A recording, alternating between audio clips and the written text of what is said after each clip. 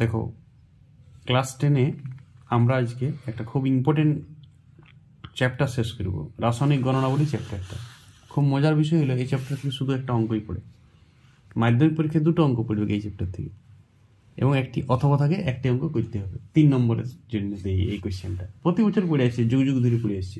চ্যাপ্টারটার নাম হচ্ছে রাসায়নিক গণনা, গ্যাসের আচরণের পরের চ্যাপ্টার। ঠিক আছে, এই চ্যাপ্টারটি বুঝাবার কিছু না। এই চ্যাপ্টার থেকে আমি একটা অঙ্ক বুঝিয়ে দিচ্ছি। সাতরা পাবলিশার্স বই থেকে পেজ নম্বর 27, কোন ইয়ারের আমি ঠিক বলতে পারছি না, 4-এর দাগের 2-এর অঙ্ক। নিজেরা বই খুলে মিলাতে পারো। হ্যাঁ, সাতরা পাবলিশার্স পেজ নম্বর 27, 4-এর দাগের 2-এর অঙ্ক। 4 গ্রাম NaOH কে প্রশমিত করতে, এদিকে ধ্যান দেবে, লেখাটা একটু সামনের দিকে নিয়ে যাবে। 4 গ্রাম NaOH কে প্রশমিত করতে কত গ্রাম সালফিউরিক অ্যাসিড দরকার? H2SO4 sulphuric acid. দেখো সোডিয়াম 23, সালফার 32, পারমাণবিক গুরুত্ব দিয়ে দিয়েছি। পারমাণবিক গুরুত্ব যদি আইডিয়া নিতে চাও, আমি জুনিয়র কেমিস্ট্রি ছোটদের রসায়ন ছাড়ি, সেখানে পারমাণবিক গুরুত্ব ক্লাস আমি দিয়েছি, মানে রিসেন্ট দিব আর কি।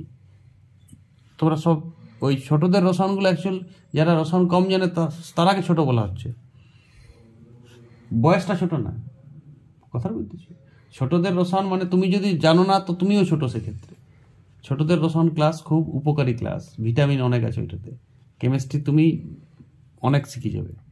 দেখো এইসব বিক্রিয়াগুলো ক্লাস জেনারেলি 10-এর বইয়ের এটা অঙ্ক, কিন্তু বিক্রিয়াগুলো যত 8-এর এবং 9-এর বই থেকে দেয়। তো প্রিভিয়াস 8 বা 9-এর যারা বিক্রিয়া ভালো প্র্যাকটিস করেছিলে, কোয়েশ্চেন ব্যাংক করেছিলে বেশি করে, তারা এই অঙ্ক আটকিবে না।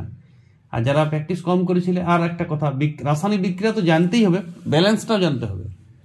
তারপর পারমাণবিক গুরুত্ব দেয়া থাকে।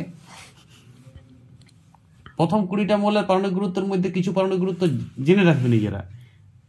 এটা আমার ছোটদের রসায়ন ক্লাসে আসবে রিসেন্ট, পারমাণবিক গুরুত্ব সম্বন্ধে অনেক ডিটেলস আলোচনা। পারমাণবিক গুরুত্ব জিনিসটা কি ডিটেলস আমরা বিভিন্ন ভিডিও দিয়ে যাচ্ছি, ছোটদের রসায়ন ক্লাসগুলো দেখবে, কনসেপশন আসবে কেমিস্ট্রিতে অনেক। তো দেখো এখানে আছে 4 গ্রাম NaOH কে প্রশমিত করতে কত গ্রাম সালফিউরিক। NaOH একটা ক্ষার আমরা জানি, আর এটা একটা অ্যাসিড। তাহলে অ্যাসিড ক্ষারের বিক্রিয়াটা প্রশমন বিক্রিয়া। চলো বিক্রিয়াটা ফার্স্ট কাজ হচ্ছে এখান থেকে বিক্রিয়াটাকে লেখা। মূল অঙ্ক হচ্ছে বিক্রিয়া লেখাটাই অঙ্ক এখানে। বাকি ঐকিক নিয়ম আমরা ভাবি যে একটা ক্যালকুলেশনটাকে অঙ্ক, ওইটাকে ছাত্রছাত্রী ভাবে যে আমি অঙ্কটা করে দিলাম। আরে তুমি যদি বিক্রিয়াটা না লিখতে পারলে তুমি তো অঙ্কটার কোনো শুরুই হয়নি। এই বিক্রিয়ার দুটো জিনিস মূল, একটা হচ্ছে দেখো আমি বিক্রিয়া লিখছি sodium hydroxide plus sulphuric acid. দেখো এটা কি উৎপন্ন হচ্ছে, দেখো ব্যালেন্স করছি, একটা দাগ দিয়েছি, ব্যালেন্স এখন করিনি, একটা আমি দাগ দিয়েছি, যদি ব্যালেন্স করবো তখন সমান দিয়ে দেবো, এখন একটা দাগ দিয়ে দিচ্ছি। উৎপন্ন হবে, দেখো উৎপন্ন সবাই অক্কেল করবে, সোডিয়াম সালফেট Na2SO4। দেখো এই সোডিয়াম সালফেট কি করে হলো সেটাও আমার ছোটদের রসায়নে দিয়ে আছে। অনেকে সোডিয়াম সালফেট, সোডিয়ামের 11 নম্বর মূল্য যোজ্যতা 1, সালফেট মূলক যোজ্যতা 2, তাহলে Na2SO4। ছোটদের রসায়নে আমি অনেক সংকেত লেখা শিখিয়েছি, অনেক প্রচুর, 2-3 ক্লাসগুলোতে মূলকও দিয়েছি। তাহলে এটা সোডিয়াম সালফেট Na2SO4। আর উৎপন্ন হবে কি, আর জল হবে, এটা লবণ বটে আর জল।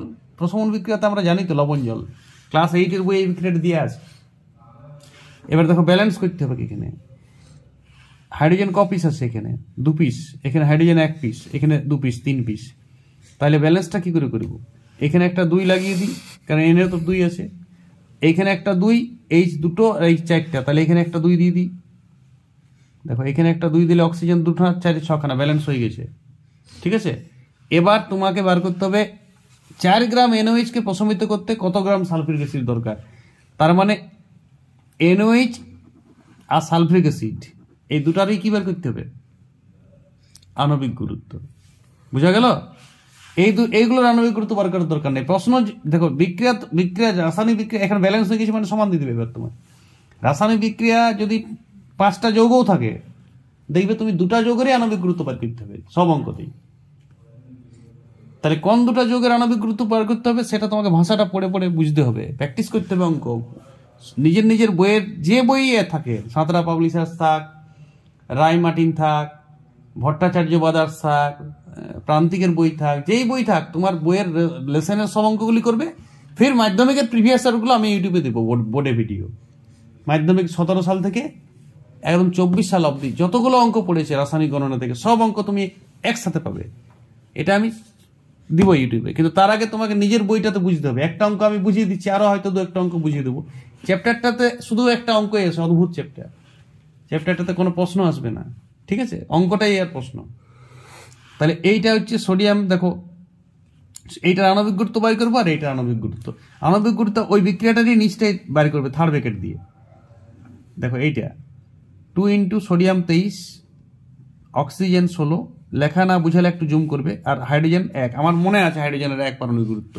Oxygen 16, sodium 23।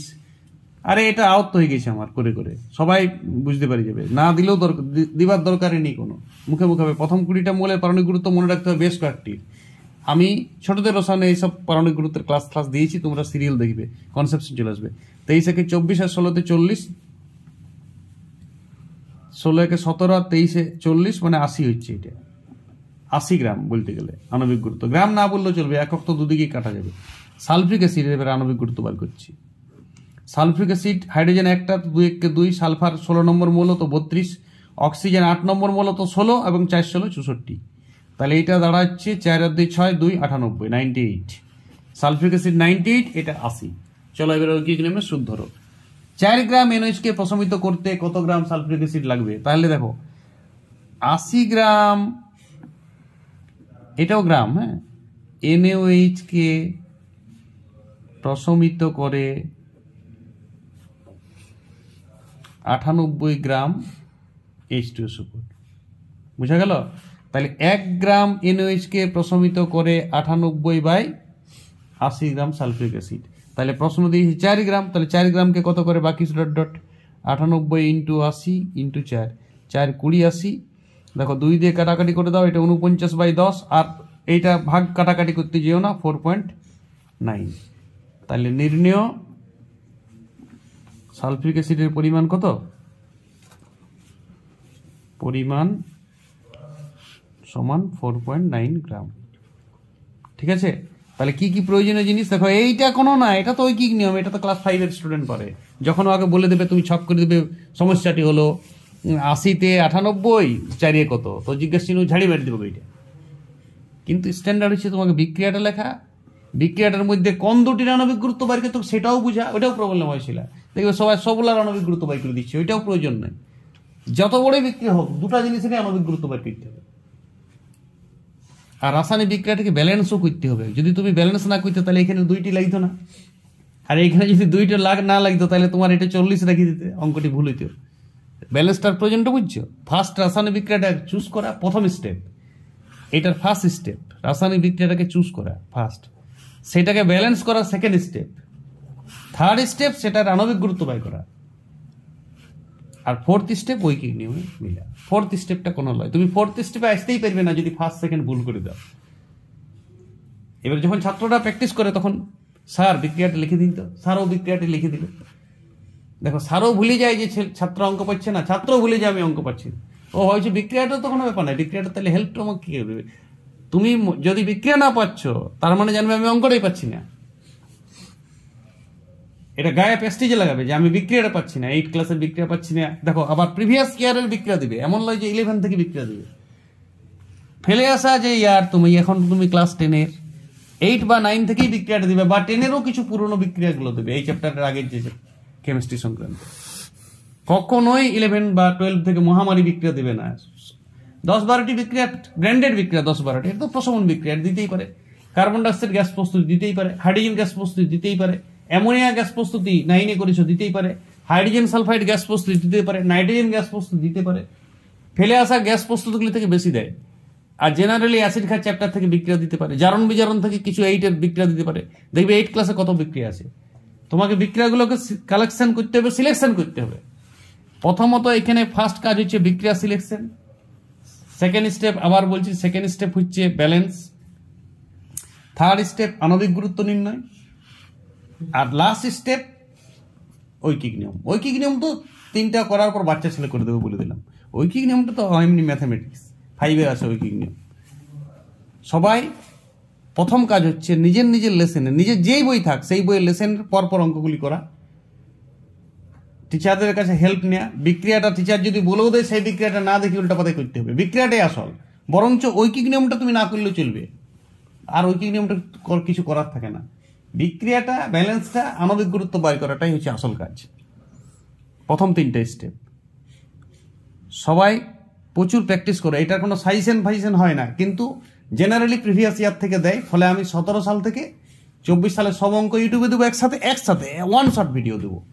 ফলে তুমি ওই ভিডিওটা পুরোপুরি ইম্পর্টেন্টগুলো পেয়ে যাবে সব, যে প্রিভিয়াস ইয়ারে কেমন পড়েছে মোটামুটি ধরনটা বুঝে গেলে। আর এইগুলোতে তুমি ওই ভিডিওটা দেখার জন্য তুমি আগে ঘরে রেডি হও, ফার্স্টে ঘরের বিক্রিয়া দেখে দেখে রেডি হও, তবে তো ওই ভিডিওটা দেখতে পারবে। নাহলে ওই ভিডিও থেকে তুমি 3 ভাঙা লহা ভাঙার আওয়াজ পাবে, কিছুই বুঝবে না, টুংটাং দুমদাম অর্থহীন শব্দ বুঝবে।